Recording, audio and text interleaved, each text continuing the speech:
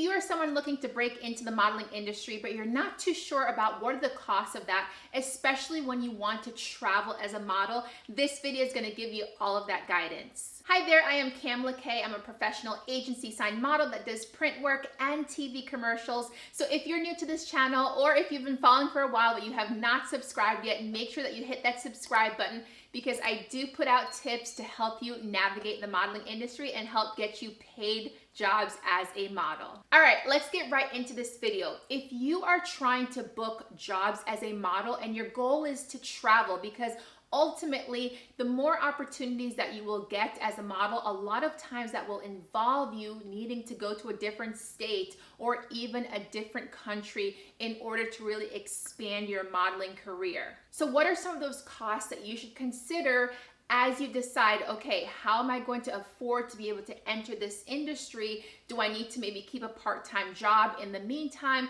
Do I already have enough savings? What is this going to cost me to pursue my dream? Let's start from big overall thought. If your goal is to be able to travel to other locations, especially outside of your state or country, one cost that a lot of people don't talk about as often is going to be the potential cost of a visa and the cost of having to move to an entire new country or city. So for instance, let's say that you live in a small town and you really want to get started more in the modeling industry. Chances are you are going to have to move to a larger city. And then sometimes even when you do move to that larger city, sometimes your agency will also try to promote you to move to a different country in order for you to really have more expandable opportunities. So for instance, let's say that in my scenario, this is actually something that happened to me. So I was living in Florida and I also wanted to travel and explore more modeling. So I ended up going to South Africa.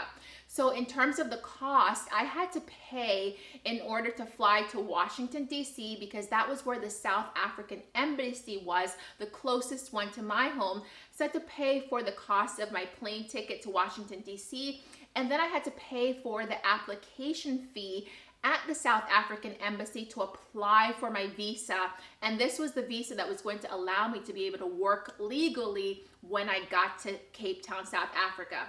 Then in order to get to Cape Town, I did have to pay for my own plane ticket. So I must say, just to quickly state, my agency did cover the cost of my lodging for the 3 months when I was in Cape Town.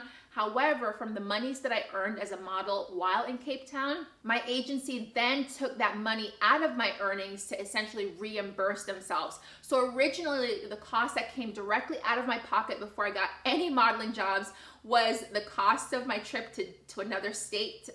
It was the cost of my visa. It was the cost of my flight to get to South Africa. And then the agency reimbursed themselves money in that way. Quick pause. If you have not already subscribed to my channel, make sure that you hit that subscribe button and hit the bell notification button so that you know when I upload a new video. Let's continue. So depending on your location, you are going to have to pay for potential flights, potential hotel costs, potential visa costs. So that could run you easily hundreds or thousands of dollars depending on your current location. Something else to consider when you're talking about costs and being a model is, let's say for instance that you live in a place like New York City or even Los Angeles, right? You may have 2, 3, 4, sometimes even 5 castings in one day, especially as the agency really starts promoting you and pushing you to different clients. And then also once you start getting the recognition from clients where a lot of different people are trying to get you in their campaign. So for instance, if you live in New York City, you may have to take the subway and get on 5 different stops for the day. Now think about that. If you have multiple castings per day, and let's say that you have 2 or 3 days of this for the week, that's going to add up to, again, anywhere from like $200 to $500 in transportation costs. And then also depending on, okay, if you're taking the subway versus if you do need to take some Ubers, again, you can see how the cost adds up. So really be mindful of the decisions that you make in the modes of transportation that you take, because obviously if you're in an area that does have a subway, usually much cheaper than an Uber or a Lyft, for instance. Now, for instance, myself, there was another opportunity where I got to travel to a different state, and this was to work for a pretty large furniture company. And so in this opportunity, it was a really great rate for the day. So I was like, absolutely, I want to take this job. But it was in a very small remote town where all of their warehouse things were located. And so it was very hard to even get an Uber there.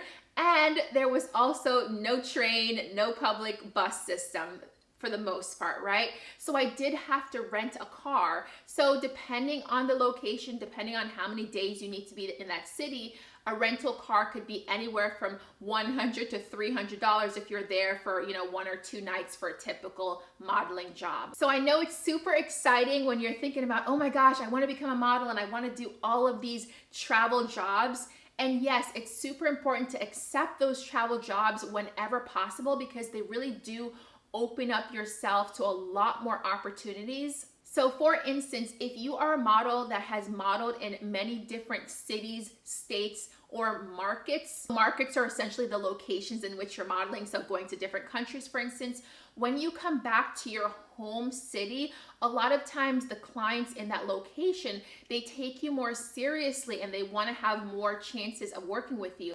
Why is that? Because a lot of times when you do travel to all of those different locations, you're getting to shoot with all types of photographers that have different shooting styles. You're in different locations. And so it allows you to have a much more well-rounded portfolio. And quickly, speaking of portfolios, you're gonna have to know how to pose in your portfolio. Pose with ease so that, again, you don't get on a photo shoot and then not really know how to do and waste that money with the photographer because you didn't look confident on camera, right? So go to the description below. I do have a link to my instant access posing course. It is a full-length posing course that teaches you how to pose with fluid movements on camera so that you can start to actually have those movements that you see models like myself and other professional models have. So make sure that you get inside of that posing course. It's called Perfect Poses. And so ultimately, once you have an amazing portfolio, yes, agencies, brands, they want to work with you. So it is to your benefit if you do try to have opportunities where you are traveling as a model. But again, I really want you to be mindful when you're thinking, okay, yes, this is something that I want to do. Modeling does cost. It is an investment to become a model. And so while you're developing your career until you get to the place where maybe a lot of brands are paying to fly you somewhere, where they're actually paying for your hotel, just know that up front, there are going to be starter costs when it comes to you traveling in order to expand your career opportunities. I do have other videos on how to go about developing your modeling portfolio, so make sure that you check that out before you embark on this entire journey of spending money on a portfolio, for instance, that is not going to actually benefit you. Let's learn what are some of the things that are going to help your portfolio so that agencies take you more seriously with, 1, your digitals, and then 2, that brands take you more seriously when they see your portfolio images. All right, that is it for this video. I know this was a shorter one than some of my other videos, but I wanted to give you key nuggets without overwhelming you. I will see you in the next video, and make sure that if you have questions that you comment them down below.